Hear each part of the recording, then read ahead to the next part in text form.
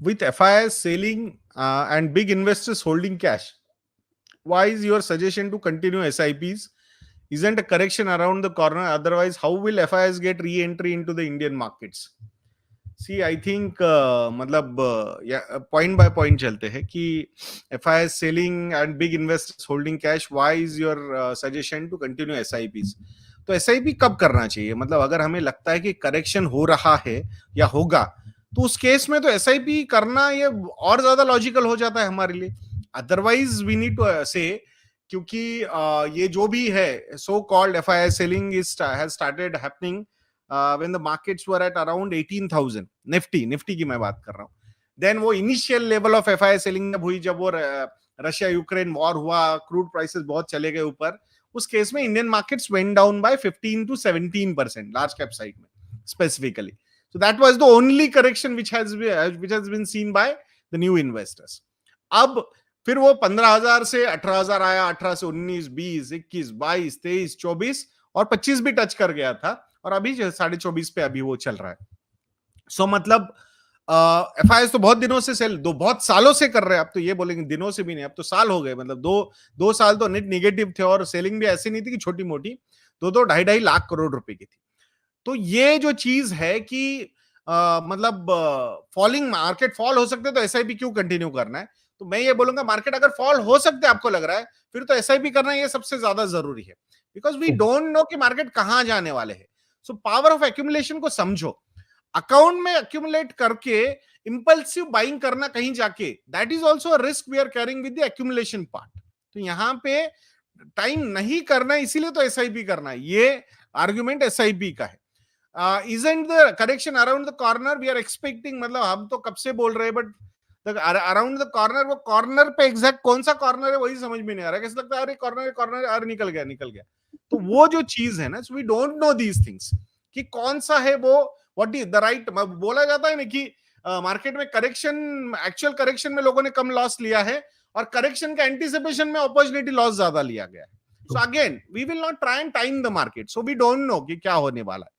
और लास्ट वाला जो पॉइंट है, otherwise how will FIs get re entry into Indian markets?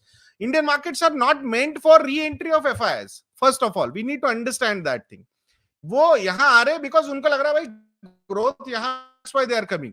FIs की एंट्री लेने के लिए मार्केट को गिरना होगा. कौन गिराएगा मार्केट को? DIs गिराएंगे, या हम रिटेल इन्वेस्टर जाके बोलेंगे चलो भाई FIs को लाना है, मार्केट को गिरा दो? कौन है? सो दे आर जस्ट, और FIs इज अ लॉट, और वो इसलिए उनका दबदबा यहां नहीं चल रहा है because we have very strong domestic institutional investors, and the retail flows are also strong, and plus HNI के फ्लोज भी बहुत स्ट्रॉन्ग है.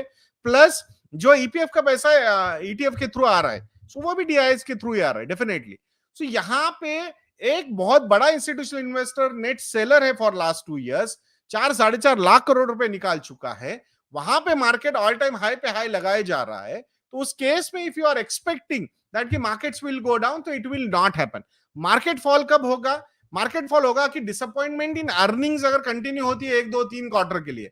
अगर मार्केट फॉल कब हो सकता है कि यूएस में जो रिसेशन के टॉक्स है वो एक्चुअली रिसेशन में कन्वर्ट हो जाएंगे एंड एग्रेसिवली रेट कट्स हो जाएंगे, तो उसका साइड इफेक्ट जो है वो ओवरऑल ग्लोबल इकोनॉमी पे होगा. ग्लोबल इकोनॉमी पे होगा तो ऑब्वियसली इंडियन इकोनॉमी पे भी होगा.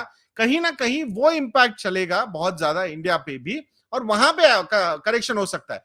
बट उसमें भी समझना जरूरी है कि domestic institutional investors are very strong, so they have strong inflows to take care of the outflows अगर आगे जाके भी आते हैं तो.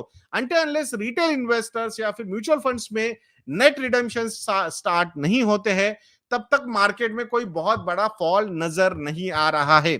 मार्केट में टाइम करेक्शन होने के चांसेस बहुत ज्यादा है, बट प्राइस करेक्शन होने के लिए दोनों इंस्टीट्यूशनल इन्वेस्टर्स को बड़ा नेट सेलर बनना पड़ेगा, जो अभी होता हुआ नजर नहीं आ रहा है. तो ये सारे फैक्टर्स देख के ही आपने आपके कॉल लेने चाहिए.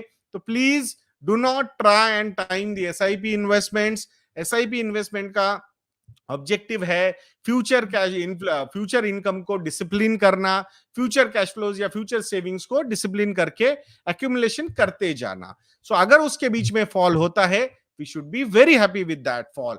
याद रखिएगा 24,000 25,000 अगर हमें बहुत महंगा लग रहा है मार्केट में, और मार्केट गोज डाउन टू 20,000 या 18,000, मैं हाइपोथेटिकल सिचुएशन बोल रहा हूं, तो वहां पे जो निगेटिविटी होगी वो आपको उस लेवल पे भी इन्वेस्ट नहीं करने देगी।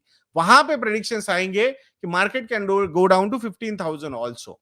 तो ये समझो, ये हमने देखा है, और ये ऐसे हवा में नहीं बोल रहा हूं, मार्केट साइकिल्स देखे हैं, लोगों के रिएक्शंस देखे हैं, सो कॉल्ड एनालिस्ट लोगों के प्रेडिक्शंस भी देखे हमने, विच when they come on TVs. तो याद रखिएगा, इसके बीच में मत फंसिएगा, अपनी फाइनेंशियल प्लानिंग के हिसाब से जाइए। वॉरेन बफेट ने कैश लेवल बढ़ा दी है, अब मैंने भी मेरी कैश लेवल बढ़ा देनी चाहिए।